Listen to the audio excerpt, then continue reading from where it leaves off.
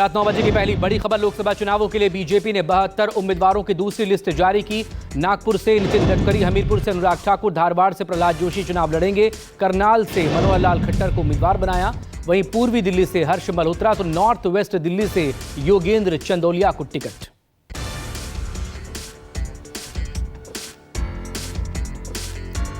बिहार में बीजेपी की चिराग पासवान से सीट शेयरिंग पर सहमति बनी। दिल्ली में जेपी नड्डा से मुलाकात के बाद चिराग पासवान ने कहा बीजेपी की जल्दी घोषणा होगी। सूत्रों की माने तो बीजेपी चिराग को 5 सीटें दे रही है। वहीं चाचा पशुपति पारस को एक भी सीट नहीं मिल रही। चिराग पासवान ने भी गठबंधन की पुष्टि करते हुए कहा, हम हमेशा से ही गठबंधन में थे।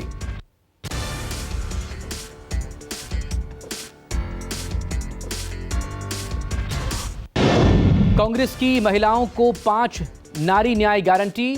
मल्लिकार्जुन खड़गे ने कांग्रेस की 5 नारी न्याय गारंटी की घोषणा करते हुए कहा, महालक्ष्मी गारंटी के तहत गरीब परिवार की एक महिला को 1 लाख रुपए की आर्थिक सहायता। आधी आबादी पूरा हक गारंटी के तहत केंद्र सरकार की नई नियुक्ति में महिलाओं का आधा हक होगा।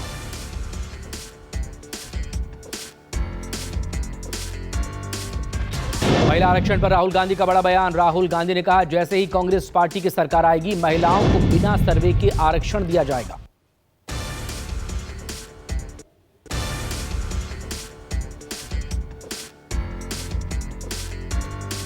हरियाणा में सैनी सरकार को विश्वास मत हासिल हुआ। सदन में ध्वनिमत से विश्वास मत पास किया गया। मंगलवार को मनोहर लाल खट्टर ने मुख्यमंत्री पद से इस्तीफा दिया था।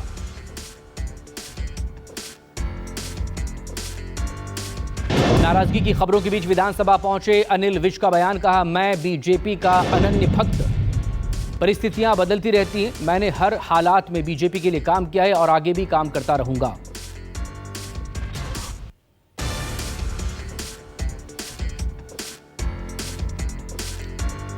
दिल्ली के मुख्यमंत्री और आम आदमी पार्टी के संयोजक अरविंद केजरीवाल ने सीएए पर सवाल उठाते हुए बीजेपी पर निशाना साधा। केजरीवाल ने कहा, सरकार हमारी नौकरी घर पाकिस्तानियों को देना चाहती है। सीएए का पूरा खेल वोट बैंक का है। बीजेपी वोट बैंक के लिए ही कानून लेकर आई।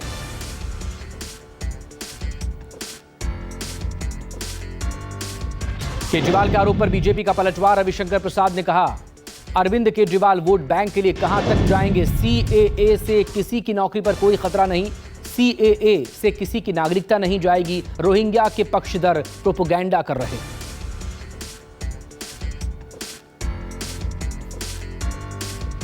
लोकसभा चुनाव पर ममता बनर्जी का बीजेपी पर वार। ममता ने कहा, बीजेपी का काम है जनता को जुमला देना। बीजेपी जनता से झूठ बोलती है। बीजेपी सही से नहीं लड़ेगी तो हम रोकेंगे।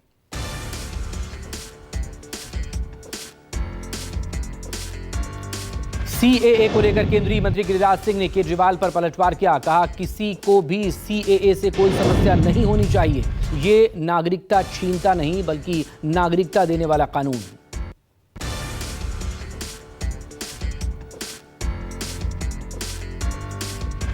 लोकसभा चुनावों को लेकर पवन सिंह का ऐलान। पवन सिंह ने कहा, मैं लोकसभा चुनाव लड़ूंगा।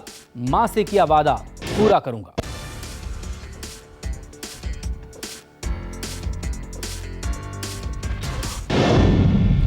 बिहार में एआईएमआईएम का बड़ा ऐलान। 11 सीटों पर चुनाव लड़ेगी ओवैसी की पार्टी। बिहार एआईएमआईएम अध्यक्ष का ऐलान। किशनगंज कटिहार से चुनाव लड़ेंगे। अररिया पूर्णिया से भी उम्मीदवार उतारेंगे। दरभंगा भागलपुर काराकट में भी चुनाव लड़ेंगे।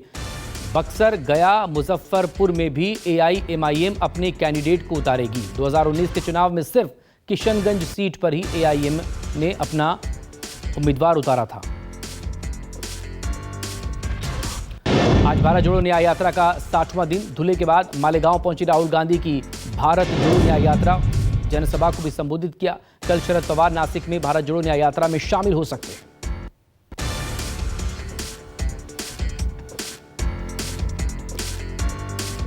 प्रधानमंत्री नरेंद्र मोदी आज वीडियो कॉन्फ्रेंसिंग के जरिए इंडियाज टेक चिप्स फॉर विकसित भारत में शामिल हुए और 1.25 लाख करोड़ रुपए की 3 सेमीकंडक्टर परियोजनाओं का शिलान्यास किया है।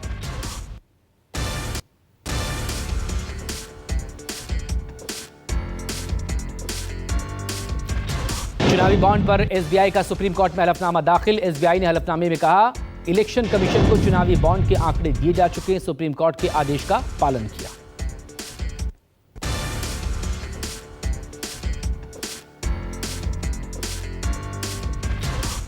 मुख्तार अंसारी को उम्र कैद की सजा। मुख्तार को अवैध हथियार लाइसेंस मामले में उम्र कैद की सजा हुई। वाराणसी एमपी एमएलए कोर्ट ने सुनाई सजा।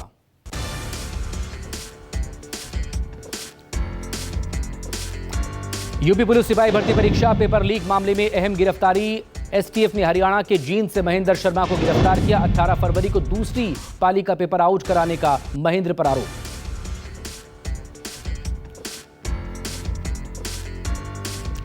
पटना सिविल कोर्ट में बड़ा हादसा। कोर्ट में ट्रांसफार्मर फटने से हादसा हुआ। हादसे में एक वकील की मौत, कई जख्मी।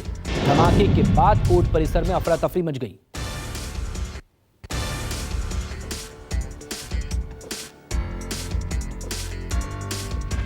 दिल्ली में कैंसर मरीजों की कीमोथेरेपी की नकली दवा बनाने और बेचने वाले सिंडिकेट का भंडाफोड़। पुलिस की क्राइम ब्रांच ने 8 आरोपियों को गिरफ्तार किया। पुलिस ने आरोपियों के पास से 4 करोड़ रुपए की 7 अंतर्राष्ट्रीय और 2 भारतीय ब्रांड की दवाएं भी बरामद की।